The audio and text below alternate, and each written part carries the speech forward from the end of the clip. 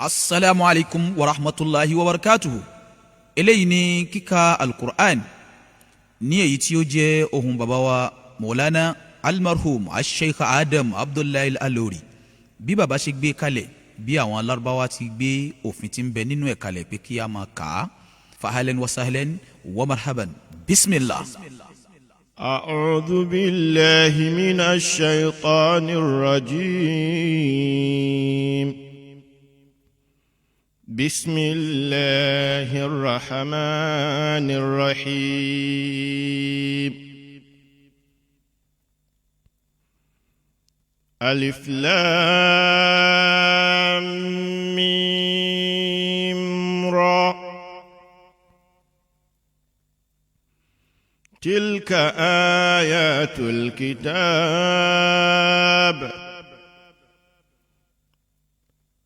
والذي أنزل إليك من ربك الحق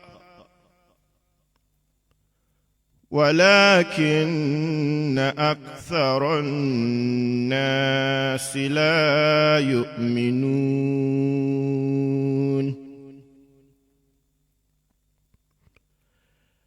الله الذي رفع السماوات بغير عمد ترونها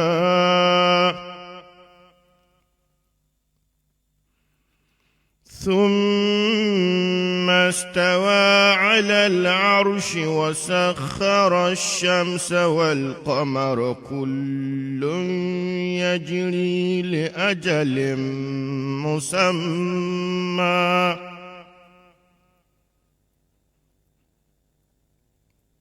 يدبر الأمر يفصل الآيات لعلكم بلقاء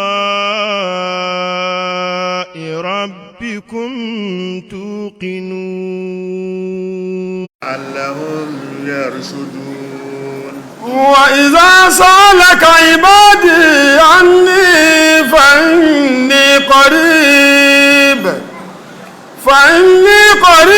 أجيب دعوة الداعي إذا دعان فليستجيبوا لي وليؤمنوا بي لعلهم يرشدون. وإذا سألك عبادي عني فإني قريب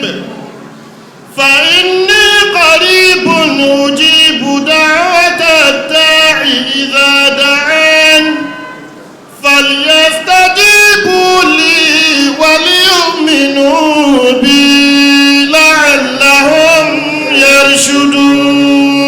وإذا سألك عبادي عني فإني قريب أجيب دعوة الداعي إذا دعان فليستجيبوا لي وليؤمنوا بي لعلهم يرشدون. وإذا سألك عبادي عني فإني قريب أجيب دعوة الداعي إذا دعان فليستجيبوا لي وليؤمنوا بي لعلهم يرشدون. وإذا سألك عبادي عني فإني قريب أجيب دعوة الداعي إذا دعان فليستجيبوا لي وليؤمنوا بي لعلهم يرشدون. وإذا سألك عبادي عني فإني قريب أجيب دعوة الداعي إذا دعاني فإني قريب أجيب دعوة الداعي إذا دعاني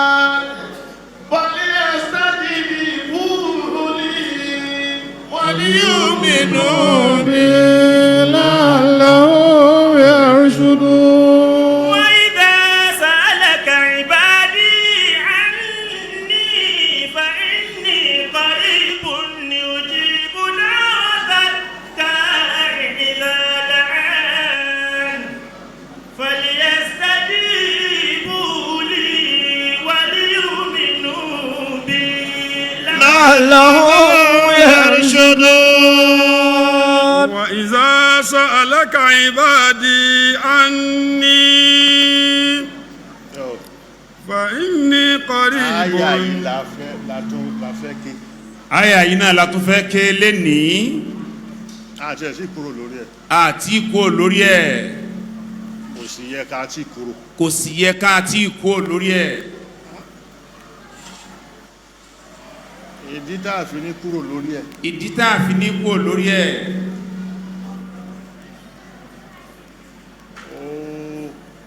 yóò bá nǹkan tá a ẹni tí ó ń ṣẹlẹ̀ mu nítorí pé ó bá nǹkan tí ó ń ṣẹlẹ̀ mu àwọn èèyàn kò yẹ kí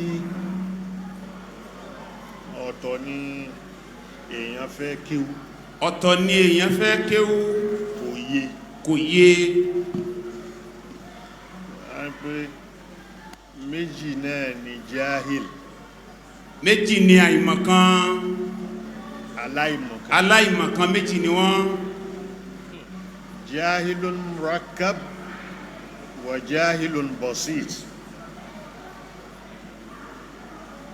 alìjáhìlù naw'an oríṣi méjì ni wọ́n ìran méjì ni wọ́n jahilun basitun wa jahilun murakkab ordinary àìmọ̀kan ló ń ṣe ẹlòmí ordinary àìmọ̀kan ló ṣe wa jahilun murakkab ìran kejì jahilun murakkab complexity complexity ní tẹ́lẹ̀ kejì ignorance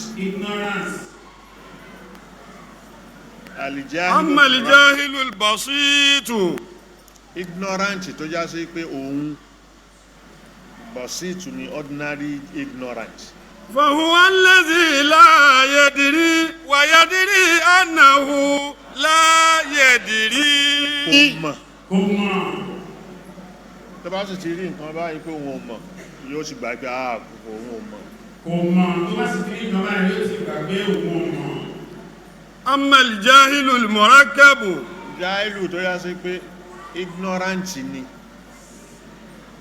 with complexity fahuwa alladhi la yadri wa la yadri annahu la yadri wọ́n mọ̀ ipò wọn ò mọ̀ èyí tó yá sí pé jáìlùn basit yẹn fa'allimuhu ẹ̀kọ́ àmá jáìlùn murakkab wajtanibuhu ẹ jìnà sí kò tí ọ̀rọ̀ tí ò lè sí torí kò mọ̀ kò sì mọ̀ ipò wọn mọ̀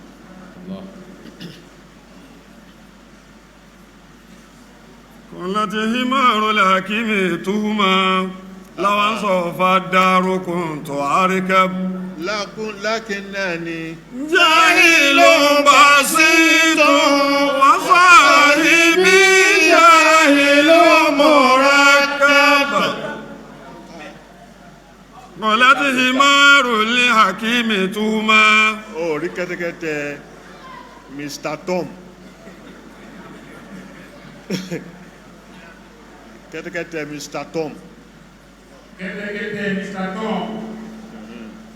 لو أنصف الدهر كنت أركب tó bá yá sí pé ìgbà ṣe dọ́gbadọ́gba ni òun ò bá máa gun Mr. Tom èyí tó fi ń gùn òun kẹ́tẹ́kẹ́tẹ́ yẹn òun lòun ò bá máa gùn kẹ́tẹ́kẹ́tẹ́ لأنني جاهل بسيط ní pé òun jahilun basit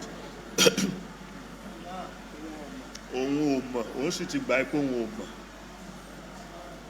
وصاحبي جاهل مركب orí Mr. Tom òun gan fún rẹ̀ jahilun murakkab kò mọ̀ kò sì gbà ipò wọn ò mọ̀. Allahu Akbar. Ní o lè retí pé ọ̀rọ̀ tí ń bá sọ ọ̀rọ̀ tí àwọn bàbá bá sọ mi sọ pé kò gbà lọ́wọ́ mi. bàbá wọn ní tipátipá kó kà á mi ní á kò gba ọ̀rọ̀ yẹn. ìṣètò láti Ìwọ ṣáà ti dákẹ́ o máa wò yí pé ó ń sọ ti ẹni tó bá yá tí nǹkan tí mo wí bá yí ẹ tó bá padà yé yóò á mọ̀ pé òótọ́ ọ̀rọ̀ ni. ìṣe gbogbo tí bàbá wa bá sọ ní kó gbà láti gbọ́ tó bá pẹ́ tó bá yá yóò padà wá yé àwọn ọmọ pé ó tọ́ ọ̀rọ̀ gan-an ni wọ́n sọ àmọ́ tí yóò bá ti yẹ ṣá máa gbọ́. Torí mi ò ní sọ̀rọ̀ kú sọ̀rọ̀.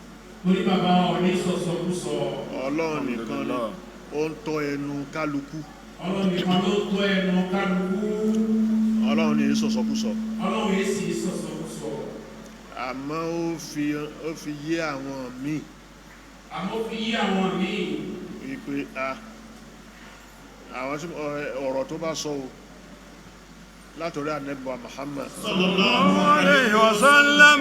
àtẹni tó bá ń ṣiṣẹ́ látọ̀rí Ànábì wa Muhammad àtẹni tó bá ń ṣiṣẹ́ tí Ànábì wa Muhammad ń ṣe ni. la yantiqu anil hawa In huwa illa wahyun yuha. kò ní sọ̀sọ̀kúsọ. Ànábì ò ní sọ̀sọ̀kúsọ tá a bá fi ránṣẹ́ sí ni ó sọ.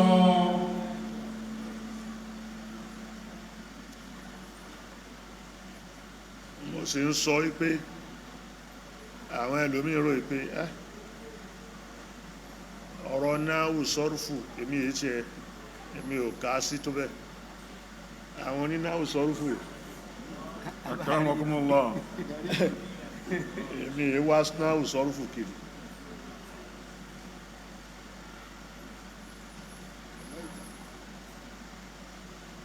So kò lè jẹ́ kí n máa wípé gbogbo nǹkan ló mọ̀ ọ́. Bàbá kì í wá náwó sọ̀rọ̀ káàkiri dédé bẹ́ẹ̀ wá sọ pé gbogbo nǹkan ni wọ́n mọ̀ wọ́n sì sọ fún wa síwájú pé náà bá sọ iṣẹ́ àkọ́ tí bàbá wà láwọn ọmọ náà wà tí sọ àlùkò fẹ́ mọ̀ àti bọ́lẹ̀ sọ́sà.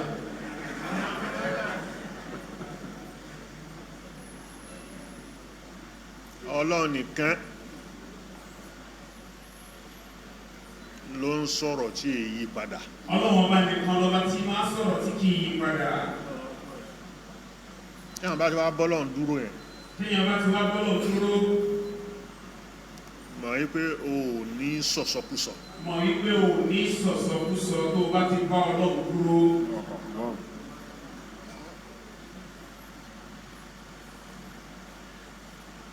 Mi ò sọ̀rọ̀ nítorí kéèyàn yìn mí. Bàbá wa kì í sọ̀rọ̀ nítorí kéèyàn lè bá yìn wọ́n. Mi è sọ̀rọ̀ nítorí kírò lè pọ̀ àbí tí n bá ti rérò báyìí ìsìnzázo wà gbé mi pé èrò rẹ̀ ó yẹ jẹ́ máa sọ nǹkan tí n bá fẹ́ sọ. Bàbá wa kì í sọ̀rọ̀ torí kéèyàn lè bá yìn wọ́n àbí torí bẹ́ẹ̀ ló pọ̀ kí bàbá bẹ̀rẹ̀ sí wá sọ̀rọ̀ kí wọ́n á kí ní tó ń sọ yìí káwọn yẹn lè bá máa kọ́ tó ti sọ míì rárá. Bàbá àwọn gbọ́, bàbá àwọn ẹ̀ má gbọ́, bàbá àwọn ẹ̀ gbà, bàbá àwọn ẹ̀ má gbà. Ṣùgbọ́n sayazkuruni qawmi idha jadda jadduhum wa fi laylati dhulma'i yuftaqadu al-badru. Sayazkuruni qawmi idha jadda jadduhum wa bil laylati dhulma'i yuftaqadu al-badru. Tí tó rú bá rú tó kùn kún ṣú Yuftaqadu al-badru. táàrí òṣùpá níta Láàrin òṣùpá níta. ìgbà yẹn láàmọ yìí òṣùpá yẹn. Ìgbà yẹn láti mọ òṣùpá.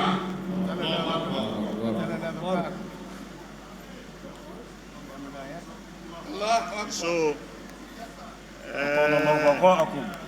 rárá mo fi pòwe ni. Òwe ni wọ́n fi pa. àwọn náà fi ṣàdúrà yìí. أطال الله بقاءكم kò tiẹ̀ tí ìyá alágbó آمين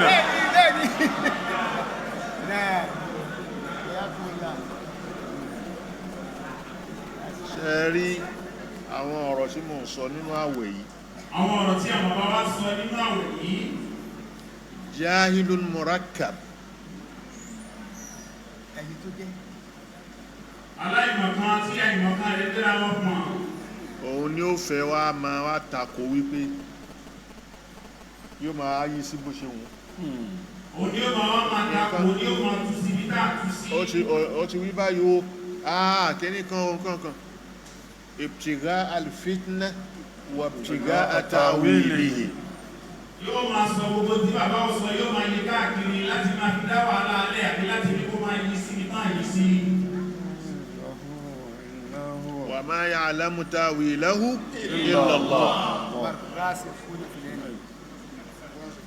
ṣẹwàá àwọn tó bá ní mímọ̀ rasikhuna fil ilm yaqulun in tí wọ́n máa wí ní pé amanna bi àwọn tó bá ní mímọ̀ tó bá ti gbọ́ tí bàbá sọ tí àwọn máa wí ni pé a nígbàgbọ́ sí àtẹ̀lé àsìkò yìí هو الذي أنزل عليك الكتاب منه آيات محكمات ọlọ́run gan fún rẹ̀ nínú alkùránì minhu ayatun muhkamatun àwọn òfin wà ń bẹ tó sọ̀kalẹ̀ àwọn òfin wà náà muhkamatun tó á sí pé محكمات òfin tá máa fi dájọ́ ni هن أم الكتاب ìyẹn gan ni ìyá tírà ìyẹn gan ni ìyá tírà òfin òfin tó á sí pé alkùránì ìwé òfin ni Al-Qur'ani ìwé òfin ni وأخر متشابهات àwọn kan wà ń bẹ mutashabihat yóò máa fẹ́ jọra wọn àwọn ètò à ń bẹ tó jọra wọn yẹn ṣé alkùránì ò bá jọra wọn ni yóò rọrùn fún kẹ́tẹ́kẹ́tẹ́ láti hà ṣé Al-Qur'ani ò bá jọra wọn ni yóò rọrùn fún kẹ́tẹ́kẹ́tẹ́ láti hà فأما الذين في قلوبهم زيغ àwọn tọkàn wọn tí ròyìn wà nínú ọkàn wọn ìgúnríkú wà nínú ọkàn wọn فيتبعون ما تشابه منه èyí tó jọra wọn yẹn ni àwọn máa wá kiri pé ṣẹ́rí kó tún sọ báyìí bí báyìí ó sọ báyìí bí báyìí ó sọ báyìí bí báyìí ابتغاء الفتنة wọ́n fẹ́ fi dá fìtínà lẹ̀ وابتغاء تأويله wọ́n máa wá láti lọ ń bẹ́ẹ̀rẹ́ وما يعلم تأويله إلا الله kò sẹ́nìkan tó sì mọ ìrọ̀ ń bẹ́ẹ̀rẹ́ àfọlọ́ والراسخون في العلم يقولون àwọn onímímọ̀ tí wọ́n bá ní mímọ̀ tààrà يقولون آمنا به èyí tá gbọ́ yìí àgbà gbọ́ كل من عند ربنا sọ fún wọn yí pé gbogbo كل ẹ̀ pátápátá من عند ربنا látọ̀dọ̀ ọlọ́run ọba wa ló ti wá وما يذكر إلا أولو الألباب onílàkàyè là ń bá wí o onílàáká ìlànà pẹ̀lú gbogbo ọ̀rọ̀ náà sọ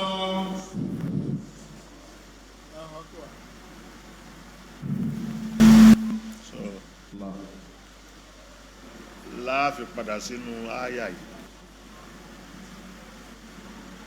وإذا سألك عبادي عني فإني قريب أجيب دعوة الداعي إذا دعان فليستجيبوا لي وليؤمنوا بي لعلهم يرشدون. a sọ̀rọ̀ akéwú débẹ̀ níjọ́ àlàmísì wa idha sa'alaka ibadi anni táwọn ẹrú mi bá béèrè ń pa èmi ọlọ́run فإني قريب sọ fún wa pé mo súnmọ́ wọn ju ká ṣọ́run wọn lọ أجيب دعوة الداعي إذا دعان. mi ò ò fa alágàtà sáàrin mi pẹ̀lú ẹ̀dá mi tó bá jẹ́ mi ló pè tààrà. Allahu Akbar. falyastajibu li. àmọ́ òní kọ́kọ́ dá mi lóhùn náà. waliyu'minu bi la'allahum yarshudun. gbà wípé àdúrà tóun tọrọ yìí ọlọ́run ó gbọ́ ọlọ́run ó sì gbà. èèyàn ni jẹ́ wọn á fi kún. a kà ní ijó àlàmísì yẹn wípé ọlọ́run Ànábì Muhammad sallallahu alayhi wa sallam. ọlọ́run ni man kana yuridul ajilata عجلنا له فيها ما نشاء لمن نريد. àìka gbogbo súra àyà yẹn tán o ibi tá a kà á dé bẹ́ẹ̀ ó sì nídìí kàkà gbogbo ẹ̀ tán.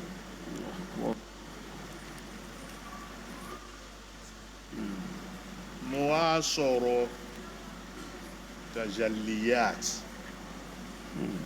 Karamakumullah.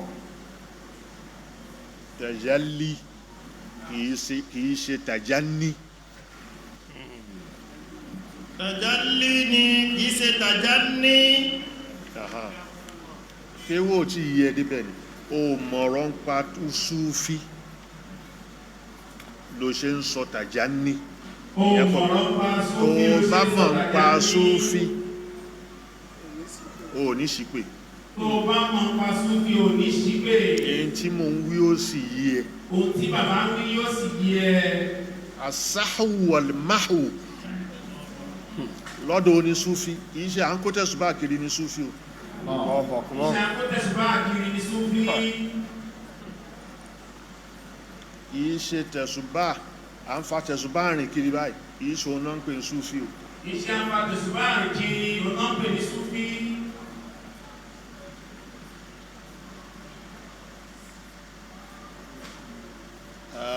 Sayyidina Ali Karamallahu wajhahu. ó ní inna Allaha akhfa thalathan fi thalathin. Ọlọ́run fi nǹkan mẹ́ta pamọ́ sára nǹkan mẹ́ta. Akhfa ridaahu fi ta'atihi. ó fi yọ́nú ẹ̀ pamọ́ sára títẹ̀lé. Fala tahqiranna min at-ta'ati shay'an. bá sọ pé ìtẹ̀lé tọ́lọ́run lélẹ̀ má fojú kéré ẹ̀.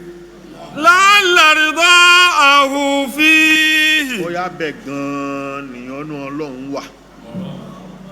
Wa akhfa sukhutahu fi ma'siyatihi. ó tọ́jú ìbínú ẹ̀ pamọ́ sára ẹ̀ṣẹ̀.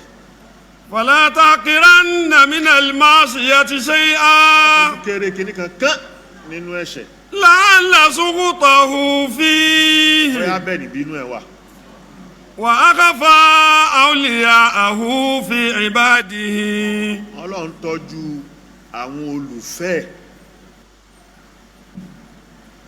fi ibadihi sára àwọn ẹ̀dá ẹ̀. Fala tahqiranna minan nasi ahada. fojú kéré ẹnìkan. La'allahu dhalika al-waliyyu. bóyá ohun tó fojú kéré yẹn bóyá òun ni wòlíì. Alladhi law aqsama ala Allahi la abarrahu. bí a pé tó bá tẹ́wọ́ sọ́lọ́run báyìí Ọlọ́run ó tẹ́wọ́ gba àdúrà yẹn lẹ́ẹ̀kan náà. Àwọn nǹkan mẹ́ta ló fi pamọ́ sára nǹkan mẹ́ta tó jẹ́ sípẹ́ẹ̀lì kankan ò lè dámọ̀. Ó fi ìyọ́nú ẹ̀ pamọ́ sára títẹ̀lé rẹ̀. Má fojú rénà kankan nínú gbogbo ìtẹ̀lé tọ́lọ́wọ́ ọba. tán bá ti rí kinní yìí Tó bá ti rí eléyìí. tán bá ti wí Wọ́n bá ti rí pé ìyọ́nú pé ìtẹ̀lé tọ́lọ́run ni má fojú kéré ẹ̀. má fojú kéré ẹ̀ tó o lè ṣe kó jẹ́ bẹ́ẹ̀ lọ́ọ́ ti padà wá rí ìyọ́nú Ọlọ́run. Nígbà wọn bá sì ti pè ní ẹ̀ṣẹ̀ má fojú kéré ẹ̀ tó o lè padà lọ ṣe kó jẹ́ bẹ́ẹ̀ náà ló ti wá padà wá rí ìbínú Ọlọ́run. Bàbá sì sọ̀rọ̀ èèyàn láyé ọ̀pọ̀lọpọ̀ èèyàn má fojú kéré èèyàn kankan pẹ́ni tí wọ́n fojú kéré yẹn ni ó jẹ́ kó gangan lẹ́ni ọlọ́run ìbá tó bá ti béèrè bí ọlọ́run ṣe ọlọ́run a sì máa ṣe lẹ́sẹ̀kẹsẹ̀ tí wọ́n sì fojú lé náà rẹ̀. Allahu Akbar. ẹni tó ń pè ní wòlíì. ẹni tí wọ́n ń pè ní wòlíì. wàláhì kò mọ ó lè má mọ kéwú. ẹni tí wọ́n ń pè ní wòlíì wàláhì bàbá tó fọlọ́n múra bó lè má mọ kéwú ó sì jẹ́ pé bàbá rà níwájú ọlọ́run. Allahu Akbar. Akramakumullah. má fojú wo pé ẹni tó kó tẹ̀síwá sọ́wọ́ ọ ni wòlíì o.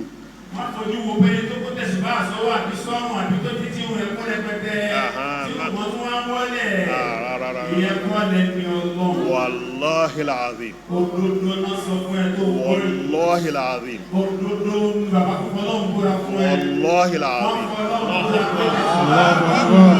òótọ́ ni wọ́n ń pè ní ẹni ọlọ́run. Allahu Akbar. Akramakumullah. ṣé mi mo sọ̀rọ̀ ẹ? ṣé bàbá wa ló sọ ní?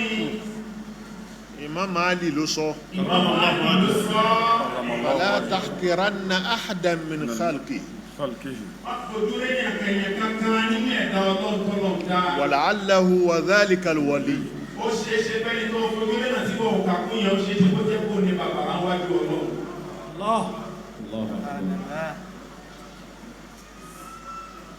ó sọ pé ẹni tó bá rí tó bá ti kó tẹ̀sùbá sọ́wọ́. kò sọ pé ẹni tó bá kó tẹ̀sùbá sọ́wọ́. kò sọ pé ẹni tó bá ti rí tó bá ti já sí pé owó láwà ní. àbówé láwà ní. kò sọ pé ẹni tó bá ti rí tó já sí pé wọ́n ṣe la ilaha illallah la ilaha rárá o. rárá.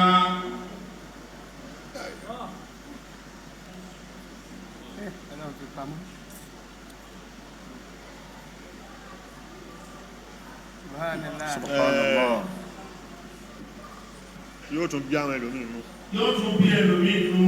Ọ̀rọ̀ tí mo fẹ́ sọ yìí. Àmọ́ kó bínú. Bó bá bínú kó bínú. Akramakumullah. Ibrahim Iyas, Sheikh Ibrahim Iyas. Radiyallahu ta'ala anhu.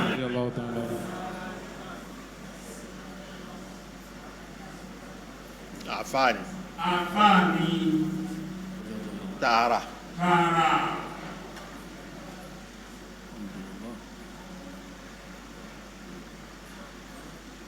Àmọ́ nílùú tá à ń pè ní Iyas yẹn.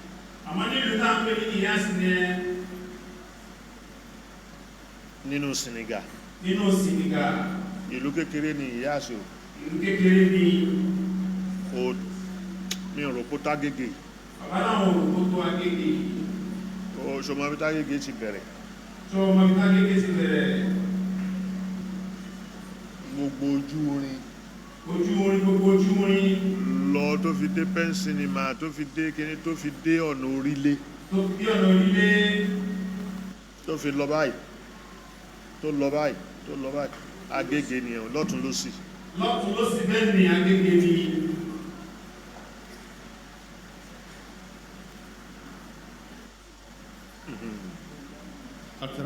Akramakumullah. Òun la mọ̀ láfíríkì Nàìjíríà yìí. Ibrahim Iyas. Ibrahim Iyas yẹn la mọ̀ ní Nàìjíríà yìí. Ní Senegal. Ká sọ pé gbogbo Nàìjíríà yìí. Wọ́n mọ̀ bẹ́ẹ̀ o. Tó bá wa ṣe mọ̀. Yìí. Wọ́n wá mọ ẹnìkan tó jù lọ. Ní gbogbo Senegal. Kódà tí Faransé mọ̀. Tó jẹ́ pé àwọn ará France máa bá wọn mọ̀ wọ́n. Níjọ́ tí Faransé ń lo Senegal. Níjọ́ tí Faransé tí wọ́n ń lo Senegal. Ramadan. Oye. Àwọn nǹkan tó ṣe. Àwọn nǹkan tí ó ṣe. Fún Faransé. Fún Faransé. Ìrìn lójú omi báyìí. ó máa ń rìn lójú omi. àfáà yẹn wọ́n ń pè ní Ahmed Imbaba. wọ́n pè ní Ahmed Imbaba. A máa rìn lójú omi, lórí omi.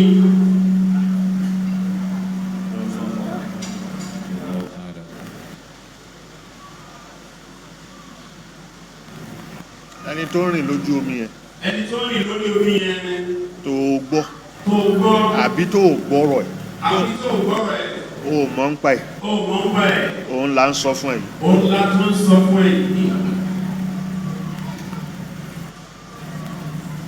ẹni tá à ń sọ yìí. ẹni táwọn bàbá wa sọ yìí.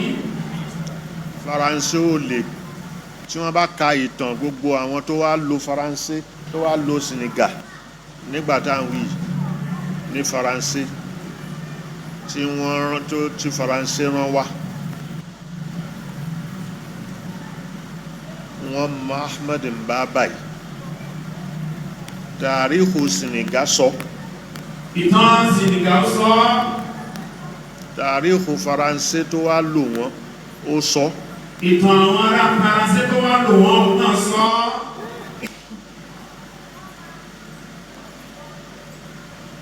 tọ́jú yẹn bẹ́ẹ̀. tọ́jú ẹ̀. mo fún ẹ. bàbá làwọn fún ẹ tọ́jú ẹ̀ kó lọ ṣe ìsáṣìlẹ̀ lórí.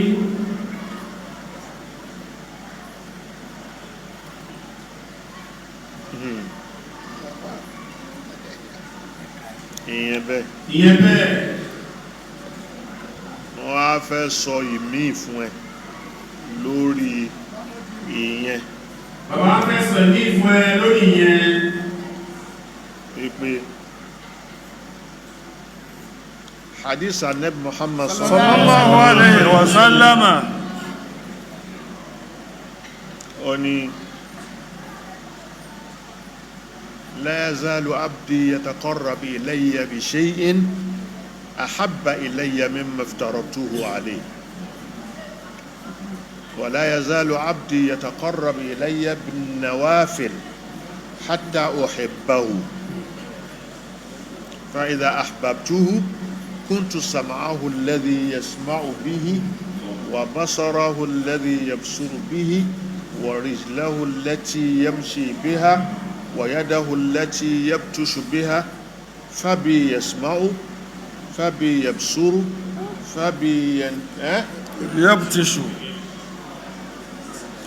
ولئن سألني لأعطينه ولئن استعاذني لأعيذنه صلى الله عليه وسلم. ما يتقرب إلي عبدي ما يزال عبدي يتقرب إلي بشيء أحب إلي مما افترضته عليه ولا يزال عبدي يتقرب إلي بالنوافل حتى أحبه فإذا أحببته كنت سمعه الذي يسمع به وبصره الذي يبصر به يبطش وبصره الذي يبصر بها به أبي ويده التي يبطش بها ورجله التي يمشي بها ولئن سألني لأوتينه ولئن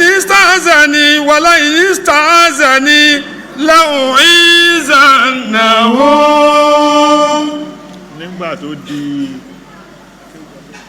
nígbà tó di bàbá lo àdísì rí. bàbá wa ṣe ká náà wọ́n lo àdísì rí. nígbà tí wọ́n ṣe mọ́lídì ńlọrin. nígbà tí wọ́n ṣe mọ́lídì ńlọrin. níwáàsí mọ́lídì. níwáàsí mọ́lídì ni bàbá ti lo àdísì yìí. wọ́n wá fi kankan pé fàbí yasma'u fàbí yabsuru fàbí yabtushu fàbí yamshi bí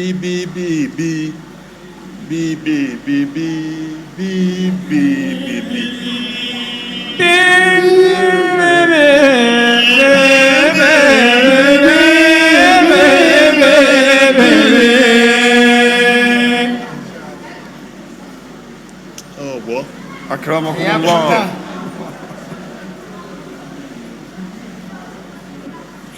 ìwọ tó bá sọ pé ẹ̀ṣẹ́ Adam ló ó fún ẹ ládùúà ni ó gbélé Sheikh Adam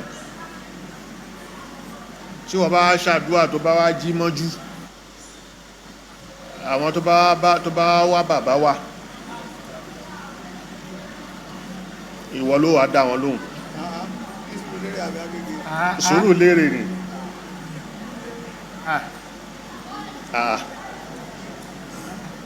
ẹ̀ ń gbọ́ bẹ́ẹ̀ bá gbọ́ ẹ gbọ́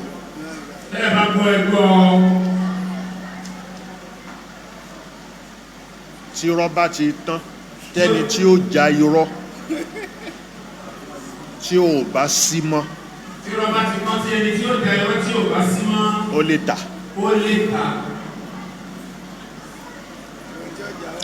tẹ́ni tí ó já bá wà tí wọ́n bá já ẹni tí ó bá já irọ́ bá wà tí ò bá wá já irọ́ okùn onírọ́ nìyẹn nìyẹn kó máa balẹ̀ jẹ́ bó bá ṣe wù pé kó máa balẹ̀ jẹ́ bó bá ṣe wù ú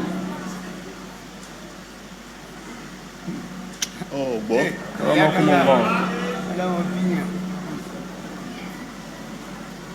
ìyẹn ànẹ́bí ni sallallahu alayhi wa sallam akaka zaliman aw mazluman rán ọmọ ìyá rẹ̀ ṣe wọ́n ṣàbòsí fún ni o àbóhun ló ń jẹ́ alábòsí ràn lọ́wọ́ qalu ya Rasulallah sábẹ́ wá bí ànẹ́bí pé haza nansuruhu mazluman ẹni tó ń bá ṣàbòsí fún agbọ́ yẹn fa kayfa nansuruhu mazluman fa kayfa nansuruhu zaliman fa kayfa nansuruhu zaliman báwo la ṣe fẹ́ ran ẹni tó tún ṣàbòsí lọ́wọ́ ànẹ́bí ní bẹ́ẹ̀ ni qala ta'khudhu fawqa yadayhi ẹgbà lọ́wọ́ mú ẹ má jẹ́ ó ṣàbòsí mọ́ ẹgbà lọ́wọ́ àbòsí tí ṣe má jẹ́ ó ṣe mọ́ ní àbá fi parọ́ tẹni tí ó bá já bá wà tó sí ẹja pé ìtò sọ ìrọ́ ni torí irọ́ yìí pẹ́ dòótọ́ irọ́ kìí pẹ́ dòótọ́ kìí pẹ́ di òótọ́ tí ò bá rẹ́ni já tí ò bá tètè rẹ́ni já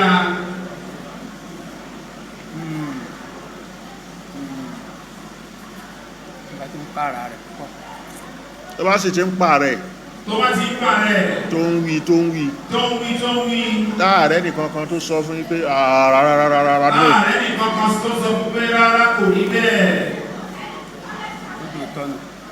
àwọn tó ń sọ fún ó ti gbà pé lóòótọ́ ló ń sọ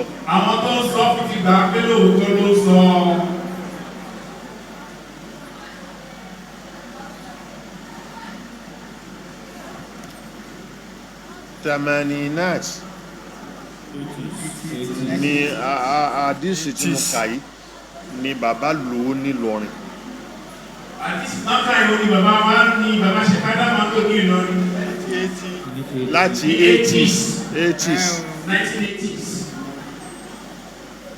tó bá ti wá wọlé kí ó ń gbà yẹn sọ àwọn méjì ẹ̀ sọ àwọn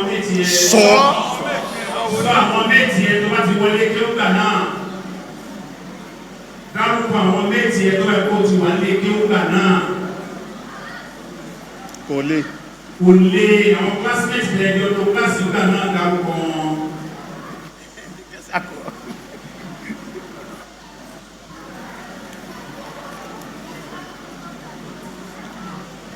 Ànábì sọ yí pé sallallahu alayhi wa sallam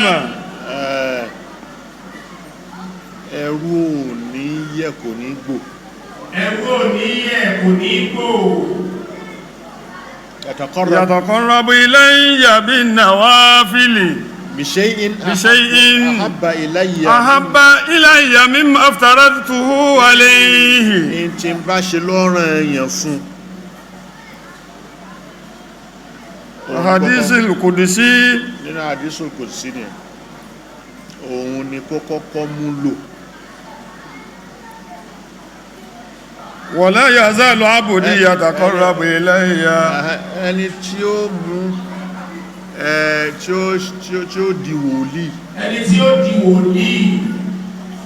yóò kọ́kọ́ mú ọ̀ràn yẹn lọ́rọ̀ yẹn náà. yóò kọ́kọ́ mú tọ́lọ́ ń pè lọ́rọ̀ yẹn ya mú ní ọ̀rọ̀ yẹn. gbogbo dáadáa tó wà ní ọ̀rọ̀ yẹn pé má kéré má fojú kéré o má ṣe kíní o má ṣe gbogbo ẹ̀ lẹ́bàáǹdì ẹ̀ pé kò ní fojú kéré. gbogbo dáadáa ti bẹ níbi ọ̀rọ̀ yẹn pátá mi ò ní fojú kéré ẹ̀ ní ó sì máa ṣe é. ìntọ́ tí ó sì bí Ọlọ́run nínú. ìtọ́ sì bí Ọlọ́run nínú. tí ó bí nínú. tí ó bí Ọlọ́run nínú. kò ní súnmọ́. kò ní súnmọ́.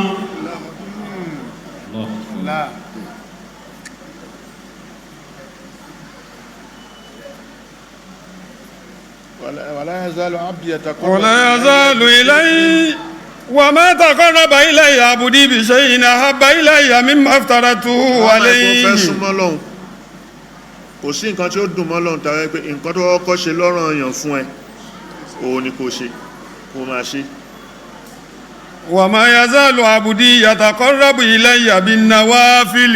ṣe rí iṣẹ́ èlé. iṣẹ́ èlé. èlèlé nínú iṣẹ́. èlèlé nínú iṣẹ́. òun ni nàwáfíl. òun ni à ń pè ní náfìlà. kì í ṣe pé kó jí lóru o. kì í ṣe pé kó jí lóru. kó máa fòru yan náfìlà gbé. kó máa fòru yan náfìlà gbé. tó ń wí kọ́ yẹn. tó ń wí kọ́ yẹn. ẹ gbọ́. akramakumullah.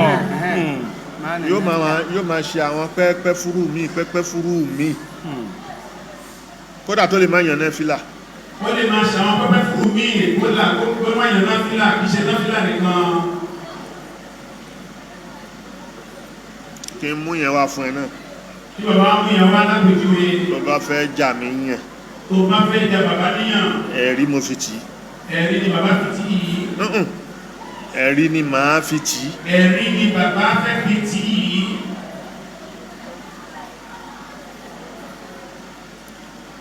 bùnú Umar. radiyallahu ta'ala anhu. ọmọ Umar. ọmọ Umar. olóògbé àdìsí wa. olóògbé àdìsí wa.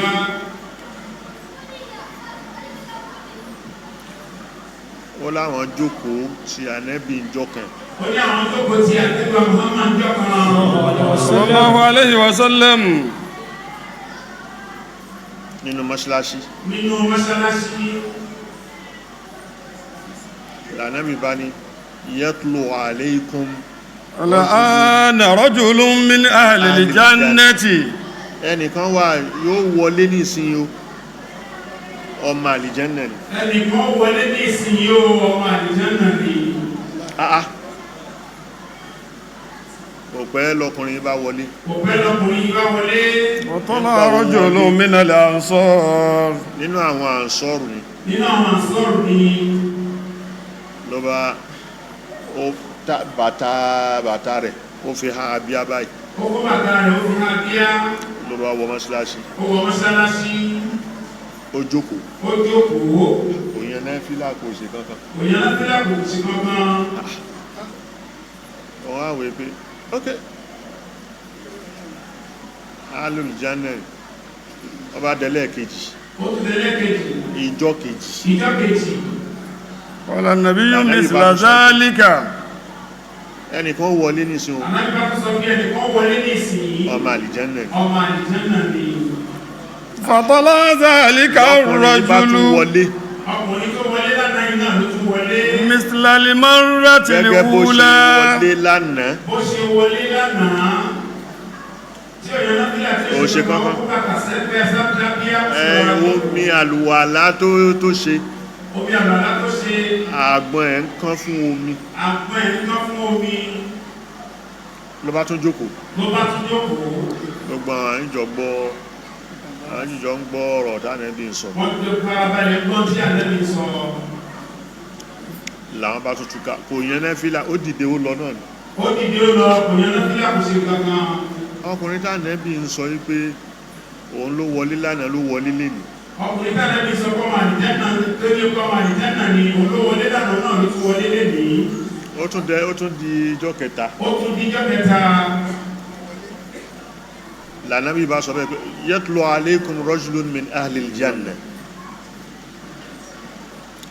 ẹni àlìjẹ́nà kan wọlé ẹni àlìjẹ́nà kan yóò wọlé lọ́kùnrin bá tún wọlé òun tó wọlé ní àmì níjẹta tó wọlé lánàá náà ló tún wọlé lẹ́nìí bó ṣe sí ẹ̀ níjẹta àtàná ṣe sí ẹ̀ níjẹta àtàná bẹ́ẹ̀ ló tún ṣe lẹ́nìí omi àlùwàlá kankan ló lára omi àlùwàlá kankan bẹ ní ìlú rẹ̀ náà ni nígbà táwọn wá dìde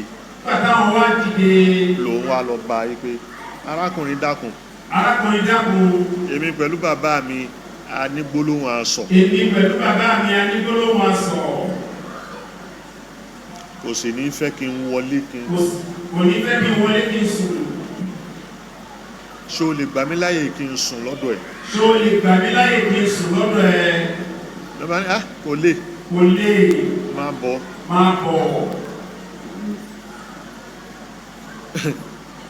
òun ṣáàrí pé ló lálẹ́ kò yẹn nẹ́fílà wọ́n sùn tí lálẹ́ kò yẹn nẹ́fílà tó tó sùn falam yarahu yaqumu min al-layli shay'an kò tí ẹ̀ dìde lóru rárá ó kàn sùn ní bó ti tẹ̀gbẹ́lẹ̀ lẹ́lẹ̀ lálẹ́ tó ti sùn ó sùn kankan ni ghayra annahu iza ta'ara yàtọ̀ sí pé lóru tó bá yíra padà báyìí wa taqallaba ala firashihi zakara Allaha azza wa jalla alhamdulillah yóò yíra padà wa kabbara Allahu akbar yóò kàn ṣe yóò yíra padà hatta yaquma li salati al-fajri tásùbà bá sì tó yóò kàn dìde ó lọ kásùbà غير أني لم أسمعه يقول إلا خيرا òun nǹkan tó nǹkan ṣàkíyèsí ni pé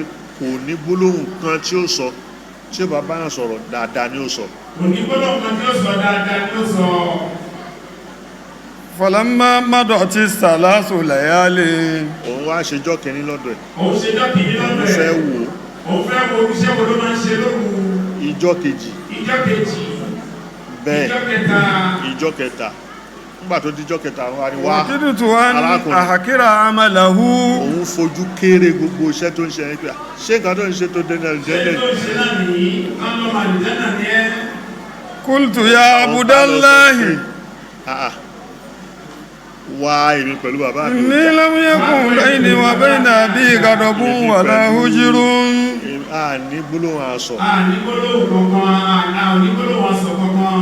àmọ́ walakinni sami'tu rasulallahi sallallahu alayhi wa sallam yaqulu laka thalatha marratin rajulun min ahli janna ìwọ náà ló ń wọlé ìwọ náà fatalata anta thalatha marratin ẹ̀ẹ̀mẹ́tẹ̀ẹ̀ta tánàbí sọ ìwọ ni faradtu an awiya ilayka li anzura ma amaluka òun wá fẹ́ súnmọ́ ẹ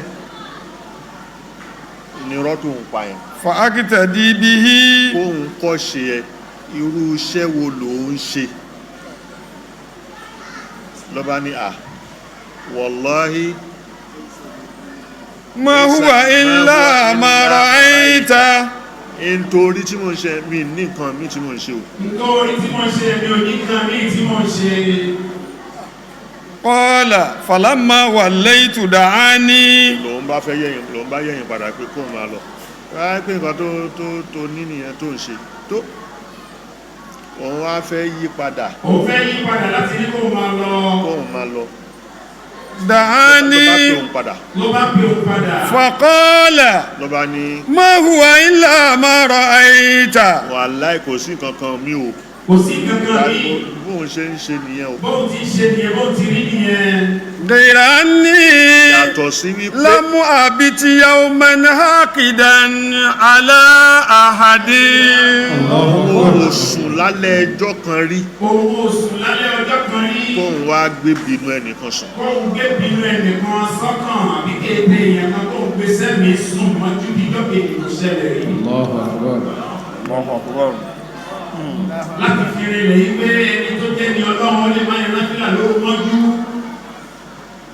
ẹni tí wọ́n lè máa lérò pé wòlíì ni ẹni tí wọ́n lè máa lérò pé wòlíì ni o lè rò tó yá náfílà kan àbí kankan ní sà lóru mọ́jú ó lè jẹ́ ntàwí nàwáfílà hátà wòhíbàwò nẹ́fìlà ẹ̀ pọ̀ àbí tóun náà máa sọ pé nẹ́fìlà mi pọ̀ lóru ńgbà tí mo jí àdúrà pọ̀ tí mo wá ṣe irọ́ ló ń jẹ́ bẹ́ẹ̀. irọ́ ló ń jẹ́ bẹ́ẹ̀.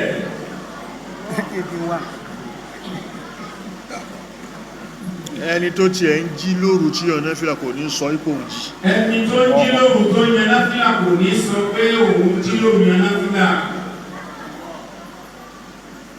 cash out lè yùn. cash out nìyẹn láti ẹlẹ́rìí. akramakumullah. ọdún tó ṣe tó sùn. ọ̀rọ̀ tiẹ̀ ni ó sùn. ó sùn. yóò wá parọ́ fáwọn èèyàn pé wà láyé àásùn. yóò máa sọ pé àwọn òsùn mọ́júmọ́ irọ́ sí ni.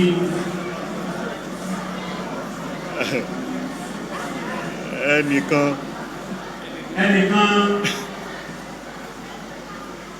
àwọn kan lọ ṣe kálúwà fún. àwọn kan lọ ṣe kálúwà fún.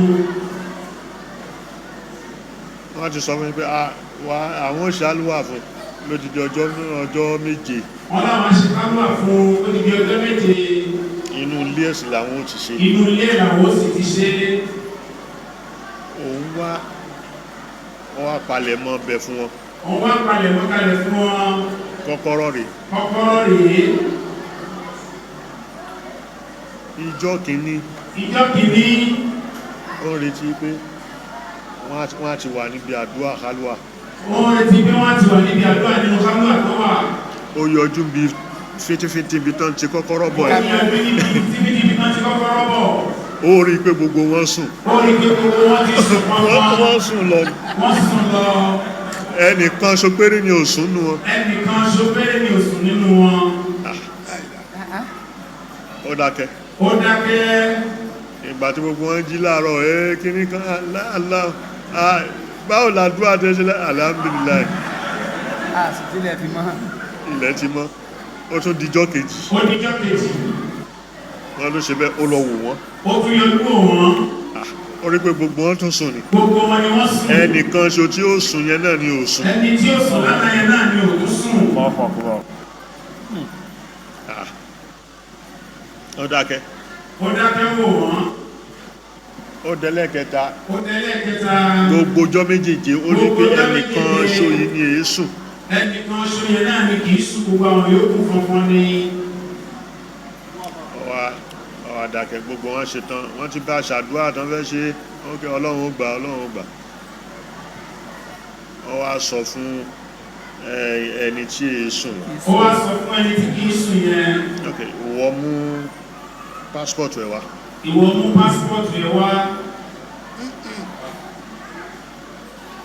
ìwọ ló lọ umra.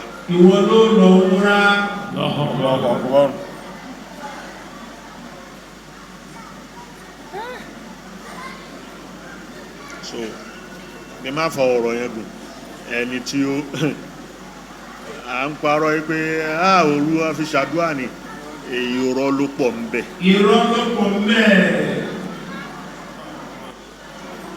ẹni tó ń dìde ọlọ́run ló ń bá sọ̀rọ̀. abẹ́ni tó wọ kálúwà. tó wá fẹ́ jáde. tó wá lẹ pósítà. wípé kan wá pàdé. owó fẹ́ jáde nínú kálúwà. ṣọ́nrán iṣẹ́ ni.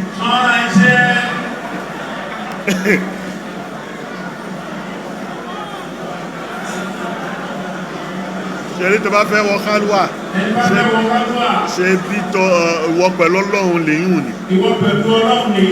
wọ́n èé gbáyàn pín o ò ṣe fúnyàn.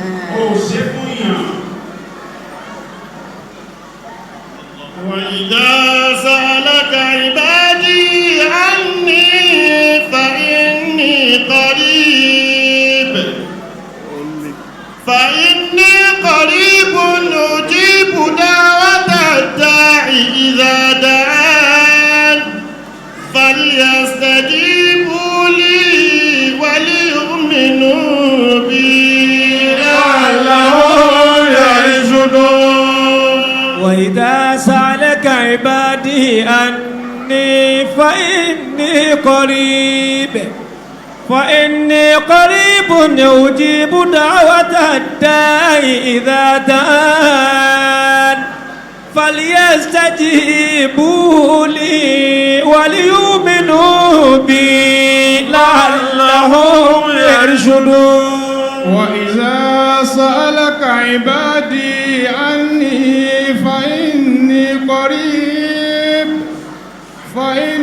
قريب أجيب دعوة الداعي إذا دعان فليستجيبوا لي وليؤمنوا بي لعلهم يرشدون. وإذا سألك عبادي عني فإني قريب أجيب دعوة الداعي إذا دعان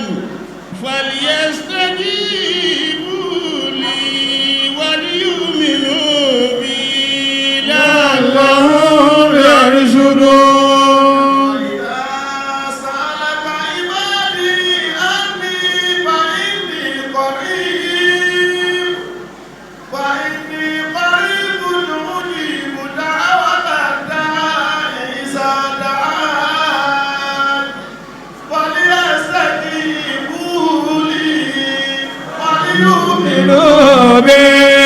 لعلهم يرشدون. وإذا سألك عبادي عني فإني قريب أجيب دعوة الداعي إذا دعان فليستجيبوا لي وليؤمنوا بي لعلهم يرشدون. ìkáyà tí mo mú wáyé Àyà tí àwọn bàbá mú wá yìí, ẹni tó ṣẹlẹ̀ sí ẹni tó ṣẹlẹ̀ sí ọmọ Markaz ọmọ Markaz ni ìkáyà tí wọ́n mú wá. ìkáyà tí àwọn bàbá mú wá ẹni tó ṣẹlẹ̀ sí ọmọ Markaz ni bàbá rẹ̀ ọmọ Markaz bàbá onítọ̀ ọmọ Markaz ni. bàbá yìí ló gba àwọn èèyàn tó mọ̀ tó máa ń ṣàdúrà fún. Bàbá yìí àwọn èèyàn máa tó máa ń ṣàdúrà fún. àní ok yóò ṣàdúrà á ṣàdúrà fún ọ àmọ́ kálúwà ni wọ́n fẹ́ wọ̀. Àwọn èèyàn bọ̀ wá ṣàdúrà fún àwọn kálúwà ni wọ́n fẹ́ wọ̀. ọ wá rán àwọn ọmọ ẹ̀ lọ. Ó wá rán àwọn ọmọ ẹ̀ lọ. ìkánú àwọn ọmọ ẹnìkan ṣo ní èé sùn. Ìkan nínú àwọn ọmọ ẹnìkan ṣo ni kì í sùn. òun ló ń ṣàdúrà yẹn. Òun ló ń ṣàdúrà yẹn. àwọn yòókù ó sùn lọ ní fán. Àwọn yòókù ó sùn lọ ní fán. ló ràn lọ múra. Ó wá rán lọ múra ẹni tí kì í sùn láàrin gbogbo wọn. ẹ lè mọ̀. Ẹ lè mọ̀. Sheikh Hamzat Dohak Hamzat Dohak òun ni òun ni èyí tí è sùn nù wọn. èyí tí è sùn nù wọn. òun ni Mustapha Dohak. Òun ni Mustapha Dohak. Allahu Akbar. Allahu Akbar. irọ́ tí ó wí pé kíní irọ́ ẹni tí ó jáun nírọ́.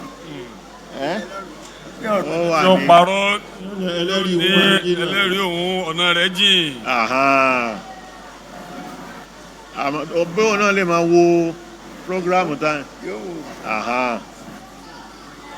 so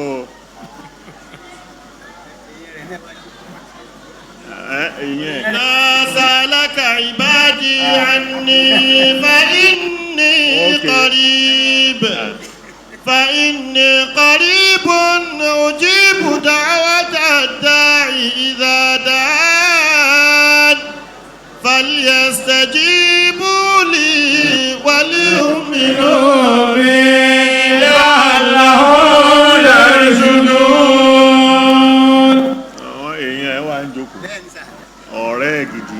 Ọ̀rẹ́ wọn gidi, ọ̀rẹ́ ní táwọn gidi ó wà ní gbogbo. òun náà ni akéwùgbà góòlù. Wọ́n ní bàbá wa kí ó gba góòlù. wọ́n wà lórí ìjókòó. Wọ́n wà lórí ìjókòó. òun ló tiẹ̀ tún wá mú mi sọ̀rọ̀ kan.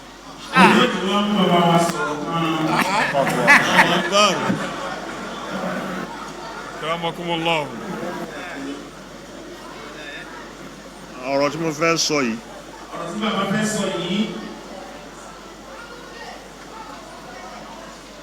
bí gbogbo ẹ ti dà tí ẹsẹ̀ ajá dàpọ̀ mọ́ téèyàn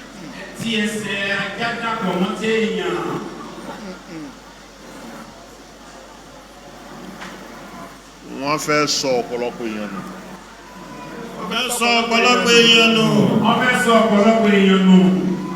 ọ̀pọ̀lọpọ̀ èèyàn tó fẹ́ sọnù yìí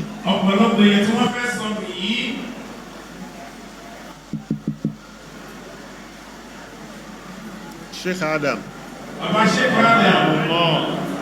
Rahimahullahu ta'ala. bẹ́ẹ̀nìkan bá ń jẹ àǹfààní dawra tadribiyya ní Azhar lẹ́ni Sheikh Adam ló bẹ̀rẹ̀. bàbá Sheikh Adam ni wọ́n bẹ̀rẹ̀. Radiyallahu ta'ala anhu. 1983 ní 1983 tí Sheikh Azhari wá ni wọ́n sọ fún yín pé àwọn tó wà ń bí o àwọn tó ti kíw tí wọ́n ń ṣe dáwà tí wọ́n ń kọ́mọ ní kíw tí wọ́n ń ṣe wáàsí tí wọ́n láǹfààní à ń tẹ̀síwájú ẹgbẹ́ wọn láǹfààní wọn lọlẹ̀ Lárúbáwá lọ kẹ́kọ̀ọ́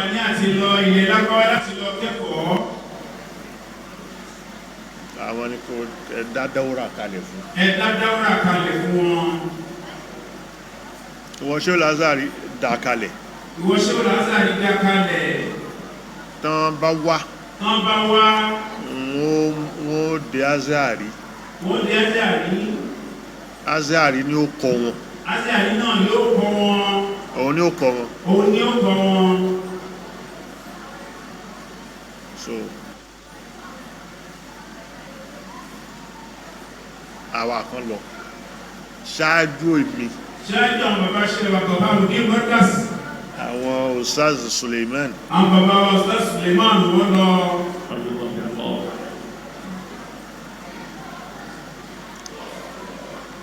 wọ́n lọ ní 1985.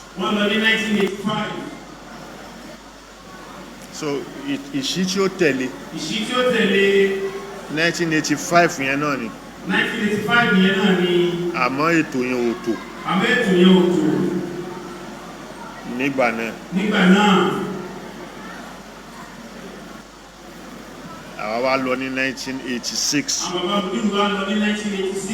àwa là bá tẹ̀lé wọn. àwọn bàbá ni ò bá tẹ̀lé àwọn bàbá Sàrújí. àwa náà ni kò bá jọ́dún kan náà. má jẹ́ ọdún kan náà. So àwa wá lọ ní 1986. àwọn bàbá Mudir wá lọ ní 1986. èmi àfà Ṣázìlì. bàbá Mudir Markaz sí àfà Ṣázìlì. àfà Ìrùbú. Ìbàdàn. Ọlọ́run kó kẹ́ wọn. Amen. àfà Hùsẹ́ẹ̀nì Akata.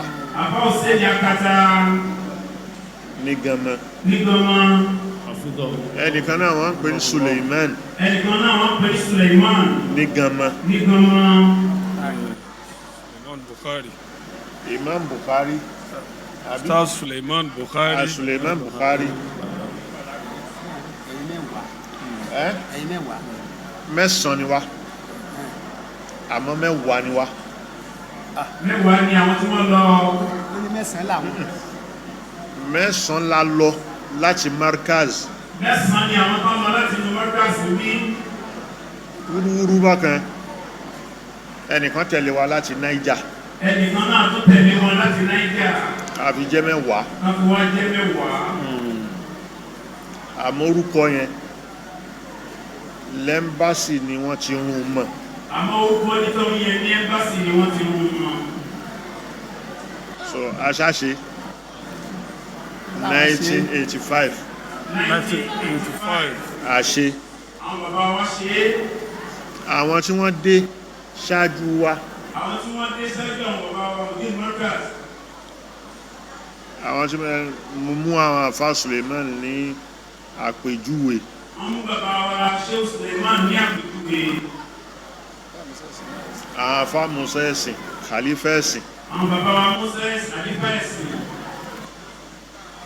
àwọn ni wọ́n lọ ní takọ́kọ́ yẹn. àwọn ni wọ́n lọ ní takọ́kọ́. mi ò fẹ́ dárúkọ ẹlòmíì. bàbá wa làwọn ò fẹ́ dárúkọ ẹlòmíì bàbá sì dá ẹlò ní ìdá. àtorí kan ẹlòmíì wà á rò pé wọ́n ń dárúkọ òun. ẹlòmíì wá sọ pé wọ́n dárúkọ òun. mi ì ní dárúkọ ẹ̀. ní ìdá wà á tẹ̀lé ìlú ẹ̀. Akramakumullah. Tíra tí wọ́n ní kán ṣe. tíra tí wọ́n ní kí wọ́n ṣe. tí wọ́n bá darí. tí wọ́n bá darí. àwọn ustaz ṣe tiwọn. àwọn Ustaz Suleiman wọ́n ṣe tiwọn. ẹlòmíì náà ṣe tiẹ̀ o. ẹlòmíì náà ṣe tiẹ̀. wọ́n bá ẹlòmíì kọ tiẹ̀ o. wọ́n bá ẹlòmíì kọ tiẹ̀. ẹ farabalẹ̀ gbọ́ o. ọ̀rọ̀ tó ṣojú mi ni. bàbá wa ni. èyí ṣe wọ́n pàtàn fún mi. ìṣe pé wọ́n pàtàn. bàbá Suleiman wọ́n ṣe tiwọn. ẹlòmíì náà ṣe tiẹ̀. wọ́n bá ẹlòmíì kọ tiẹ̀.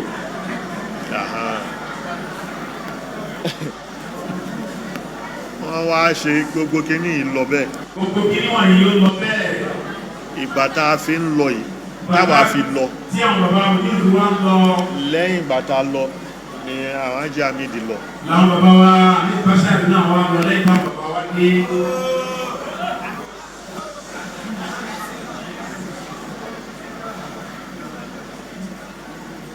àwọn tó padà wá lọ.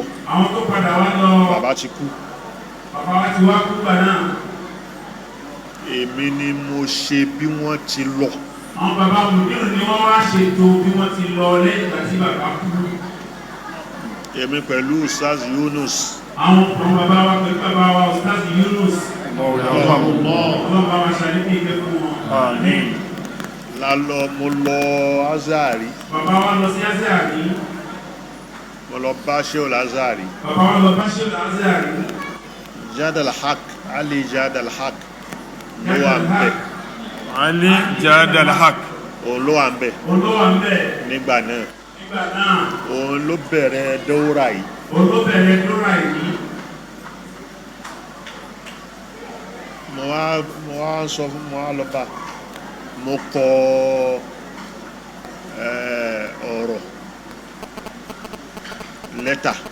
àwọn bàbá kọ lẹ́tà. ní mọ́sáàdì ń bẹ̀ náà hòtẹ́ẹ̀lì tán fi wá sí. hòtẹ́ẹ̀lì tán fi wọn bàbá wá sí ibẹ̀ náà ni wọ́n ti kọ lẹ́tà yìí. máa ní kí ni kí n tiẹ̀ pera mi o. bàbá ní àwọn òbí kí n káwọn pera wọn. ta ló kọ lẹ́tà yìí. ta ló kọ lẹ́tà yìí. mi ò jẹ́ Mudiru mi ò jẹ́ ẹnikẹ́ni. mo ṣàpèrà mi ní anatiku bismil Markaz ẹni tó ń gbẹnu sọ. ẹni tó ń gbẹnu sọ. fún Markaz. Allahu Akbar. ibẹ̀ odidi àròyé kan ni mo tún dé. odidi àròyé kan tún nìyẹn. ó ṣe lè pẹ́rẹ́ ní natiku bismil Mudir bismil Markaz. èmi ni wọ́n pè bẹ́ẹ̀. القائم بأعمال المركز. أكرمكم الله. bá a tún di pé ìwọ ló fẹ́ máa jẹ́ gbogbo ẹ̀. ó dáa mo bá jùlẹ̀. jújúlẹ̀ yẹn tí mo jùlẹ̀ yẹn òun ló fa táwọn ẹlòmí ńgbàtí kìíní yẹn dé. torí ní ọ́fíìsì Sheikh Lazari báyìí ó jókòó nínú lórí àga ẹ̀ báyìí mo fèsì ẹ̀ báyìí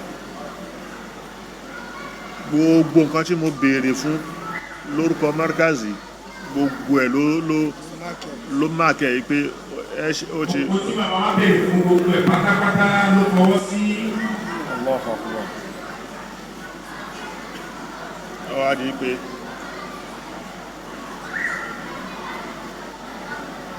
ìgbà tí kò ṣe é ṣe ó dékè ní ẹ̀dẹ́ sẹ́mbáṣe èèyàn mẹ́wàá làwọn bá fi ń lọ kiri ṣé wàá lọ dáwọ́rà ṣé wàá lọ dáwọ́rà gbogbo ẹni tó bá ti rí tó bá rìn gbèrègbèrè dé ẹ́mbásì ni wọ́n fi ń lọ ẹni tí ó lọ lò náà bá ní ó bá gbà náà bá ń kọ orúkọ wọn náà bá sẹ́ndì àwọn ìyẹn lọ ẹ̀yin ò mọ̀ bíbá yìí mọ́. èmi ò ààbò mi mọ̀ bọ̀tí ẹnìkan wà nù wọn tí mo padà mọ̀ ìgbà tí mo mọ̀ ọmọ Markaz lòun náà Ọmọ Markaz ni òun náà. àmọ́ ńgbà tó fẹ́ lọ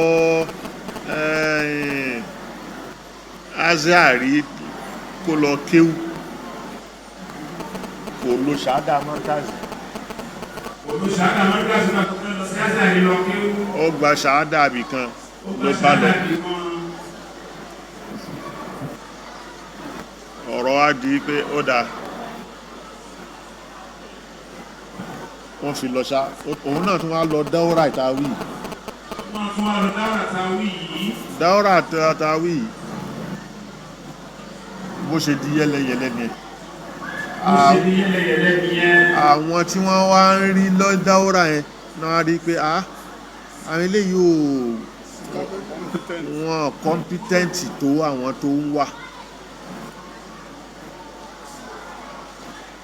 àìkò kọ́mpítẹ́ǹtì táwọn tó wá tẹ́lẹ̀ yẹn àwọn ni nọ́bá di pé wọ́n kọ́ wọn ní náwù ní dọ́wọ́rà yẹn wọ́n kọ́ wọn ní sọ́rùfù gẹ́gẹ́ bí ọmọ tánìá ìdádí ìgbà táwa dẹ̀ lọ uslubul khitaba má ṣe ń ṣe kútúbà wọ́n kọ́ wa uslubul dáwà má ṣe ń ṣe dáwà wọ́n kọ́ wa muqaranatul adiyan wọ́n kọ́ wa tasawuful islami wọ́n kọ́ wa gbogbo nǹkan tí wọ́n gbé kalẹ̀ tí wọ́n kọ́ wa yìí wọ́n bá lára wa ní o advanced level òun ni so bí kí ní ẹ ṣe di yẹ́lẹyẹ̀lẹ òun ni now mo á rí pé ma ashbaha al-laylata bil-bariha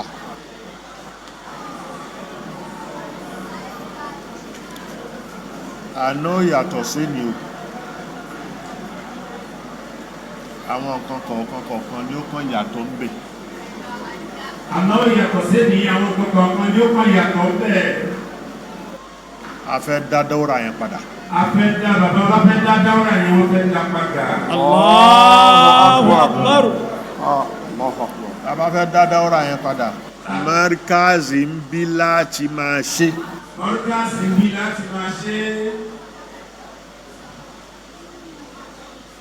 ọ̀gbọ́n Ayakumullah. Markaz ń bí ni Markaz ń bí láti máa ṣe.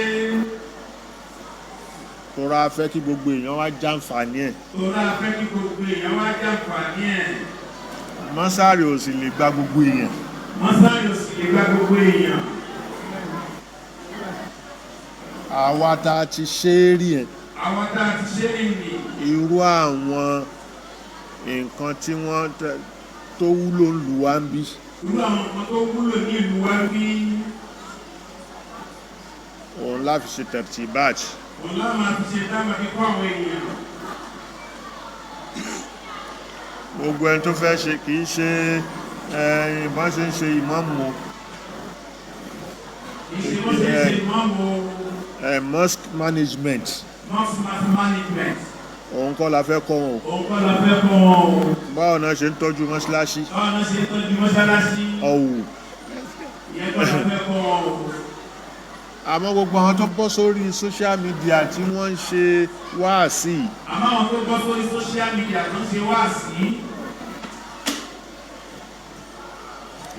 wáàsí ẹlòmíràn máa ròyìn owó ẹlòmíràn bó bá jẹ́yàn ò ní jẹ́yàn ẹlòmíràn bí ó bá oríṣiríṣi lẹ́gbọ̀ọ́ ó dẹ̀ ń bí àwọn nǹkan tí ò dáa. Gbogbo ọ̀rọ̀ tí wọ́n sọ lórí social media yóò sì bí ọ̀rọ̀ nǹkan tí ò dáa sáàrin àwùjọ wa. So a lè máa wo àwùjọ kó rí bẹ́ẹ̀. Àìní wo àwùjọ kó rí bẹ́ẹ̀. Àìwá ní wo àwùjọ kó rí bẹ́ẹ̀. Ló yẹ ká checkmate wáàsí. Tówó bá ń hún ẹ lọ́wọ́. Tó fẹ́ ra dátà. Wáàsí kọ́ ni kò fi ṣe. Ìpolówó ọjà rẹ o lè fi ṣe. Ìpolówó ọjà tó ń tà. Tí ò ní bá wáàsí lọ. Àmọ́ ń pé lórí wáàsí.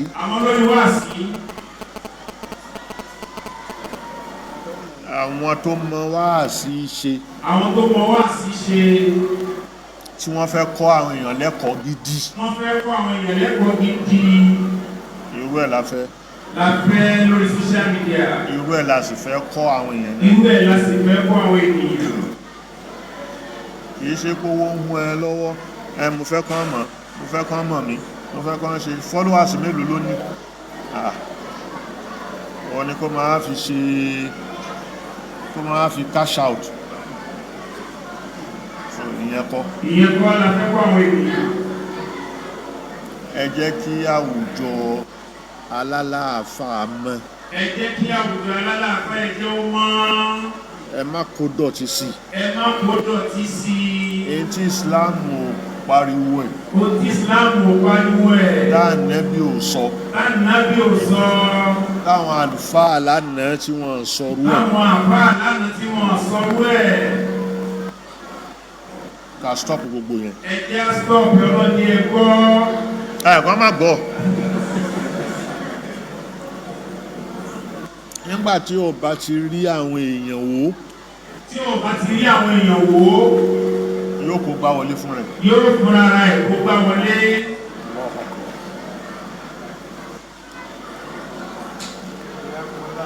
Èsì fún lágbájá. O níṣẹ́ ṣe ni. O ní tọ́pìkì tara tiẹ̀. O ní tọ́pìkì tara ẹ̀ ni. Tó bá ní tọ́pìkì tara tiẹ̀ ò ní máa sọ pé ó fẹ́ fèsì lórí tọ́pìkì tẹ́lómi sọ̀kalẹ̀. Èsì tí ó rà pé èsì lórí èsì fún lágbájá yìí. Má bá wo èsì ẹ̀ kò sí kankan bẹ̀. Nínú èsì tó ló fẹ́ fún lágbájá. Wọ́n wá sórí mídíà di orí èébú. Bí ẹni pé nǹkan tó yìnbó ṣe fún nìyẹn.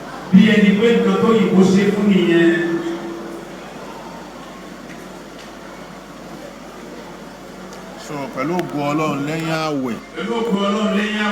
A bẹ̀rẹ̀ dọ́ra yẹn. Ẹni tó bá fẹ́. Kó wá wọlé. Oṣù mẹ́ta náà ni.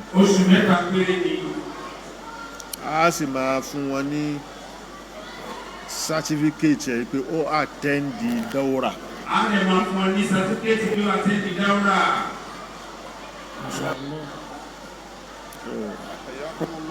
Ọlọ́run kó pẹ̀lú wa.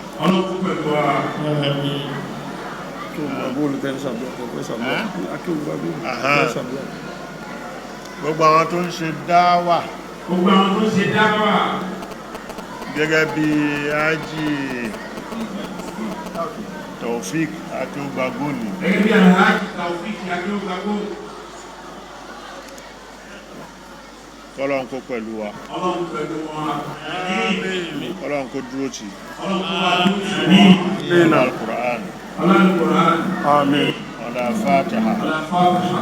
بسم الله الرحمن الرحيم الحمد لله رب العالمين الرحمن الرحيم مالك يوم الدين إياك نعبد وإياك نستعين اهدنا الصراط المستقيم صراط الذين أنعمت عليهم غير المغضوب عليهم ولا الضالين آمين لقد جاءكم لإلاف fún baba Agege àlékún àlàáfíà àlékún fàyàbalẹ̀ àlékún àránṣẹ́ gbogbo ìgbà Ọlọ́run kó máa bá ṣe fún baba Agege لقد جاءكم رسول من أنفسكم عزيز عليه ما عنتم حريص عليكم بالمؤمنين رؤوف رحيم فإن تولوا فقل حسبي الله لا إله إلا هو عليه توكلت وهو العظيم بسم الله الرحمن الرحيم لإلاف قريش إلههم ليلة الشتاء والصيف